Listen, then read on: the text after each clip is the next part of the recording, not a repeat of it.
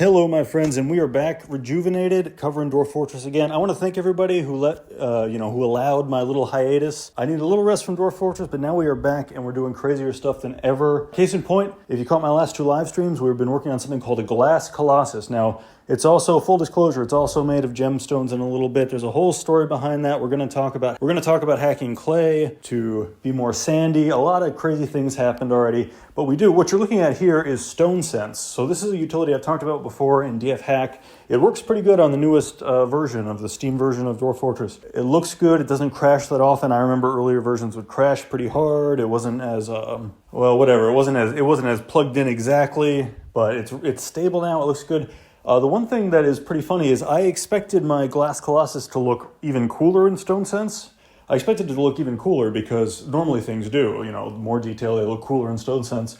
But Stone Sense has a literal interpretation. I'm going to say neither is correct. If you played the game, we made a huge glass colossus. If you want to learn more about that specifically from front to back, you can watch there's an hour and a half of live streams. We've built the glass colossus up to, let's say, the mid ribs. His legs and his core and the bottom of his back against the horizon. So Stone Sense kind of makes the colossus not look as cool as I imagined, because it does literally interpret glass and gem windows as windows. So it interprets them as a thin plane that travels through the XYZ coordinate. This is different from Dwarf Fortress, which has a glass window or a gem window, is a full block. It's a 4x4, it's a square. And that's not, so you're gonna see in Stone Sense, it's gonna look more like a ladder, or rather, it's gonna look more like a staircase colossus, because I'm using stairs to let the dwarves get up. I'm gonna take those down at the end, that's just kind of scaffolding for this huge thing. But in Stone Sense, it doesn't look as impressive as I thought. You'll see it in this main game where also it looks pretty good. All right. Let me just jump in. So the footage you're seeing is now, I did this offline. I started this map basically live, and I continued it live, and then I took it offline, and I've just been working with it. We have made progress. By the end of this video, you're going to see a huge siege of about 80 swallow men, swallow being the bird. It's a little strange, siege 80 strong from the caves of swallow men and swallow women. And also they have brought siege animals in the form of giant toads and giant salamanders. So it's pretty interesting. It's a pretty crazy encounter. You'll see that towards the end of this video.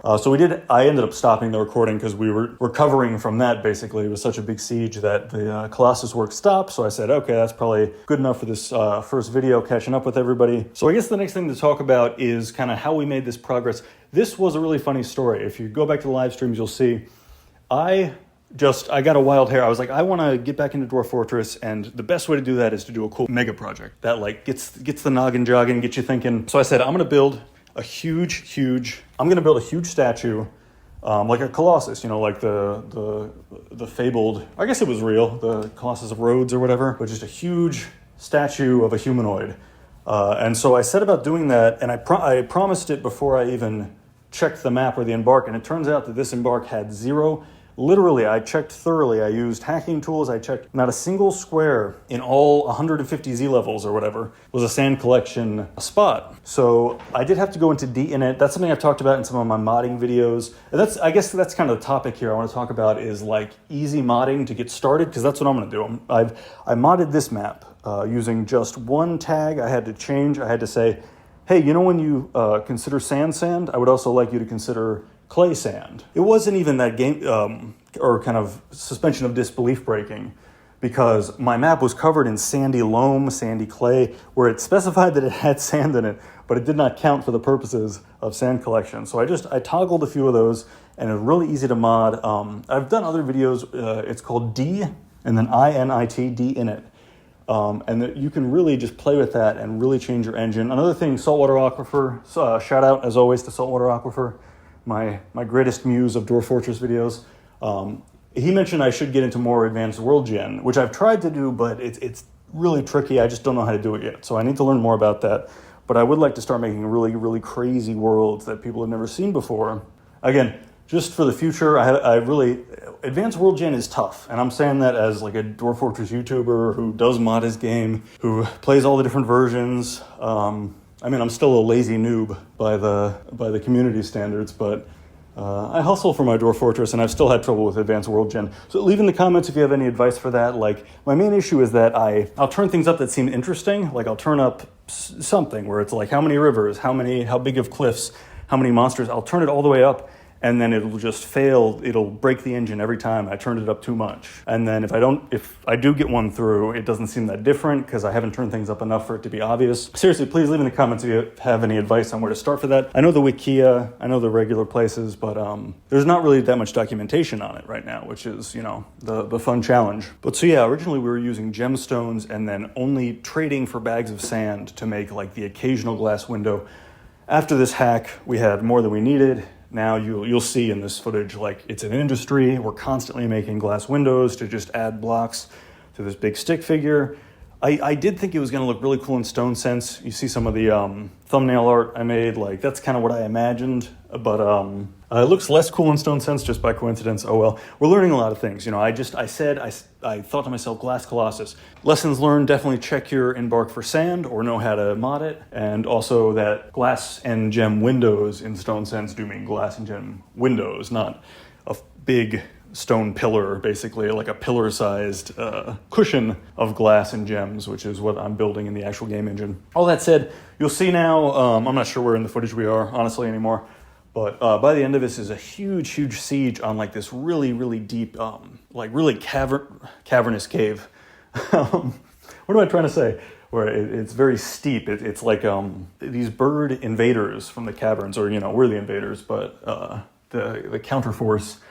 All these bird people, which is really, that was tough during the siege. You'll see that dwarves get picked up, they get left other places, they get stranded very easily because these swallow people can fly. And then they also brought like siege animals, like I said, giant salamanders, giant frogs. And so it was really tough. I'm cheating in this footage, you know, I'm using DF hack. I have fast dwarf turned on, which really helps for combat because it's like, you know, it normally judges speed. So it'll say, okay, every 10 ticks because of your skill, you swing the sword and maybe it does something, but Fast Dwarf turns the ticks down to like the minimum for everything. Basically, it's related to Super Dwarf, which is another hacking command. They're not exactly the same, but the point is that the dwarves do basically teleport in and they're moving like sped up times 10. So that even if they're not skilled with weapons, they go, you know, they do a Zoro slash on, and they get to do that about 3 times before a goblin can react. So it's a good way, if you're looking to just quickly train up your dwarves in combat, just by the way, a great way is to just turn on Fast Dwarf and let them loose on anything, because if you have that utility, you also have full heal, so you can heal dwarves in the hospital, and you can really just let them practice in God mode in combat, where they run up really fast, and they get about 10 attack attempts before the enemy gets an attack attempt, and then if they survive at all, you can heal them right up. You'll see in this we still lose because, again, it was like 80 siege invaders to our 50 or 60 dwarves, and none of them are that skilled, but because I was able to speed them up and hack them, we win, and we don't lose that many people. I do think that's all I have for this one. I really want to thank everybody for sticking around during my, like I said, my little Dwarf Fortress hiatus.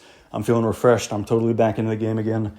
Also really want to thank all the new fans who liked and you know, appreciated my Civilization video, the last video I made. That kind of went relatively viral for my humble channel, so I'm grateful for that too. Love all ya, and I will catch everybody in the next one.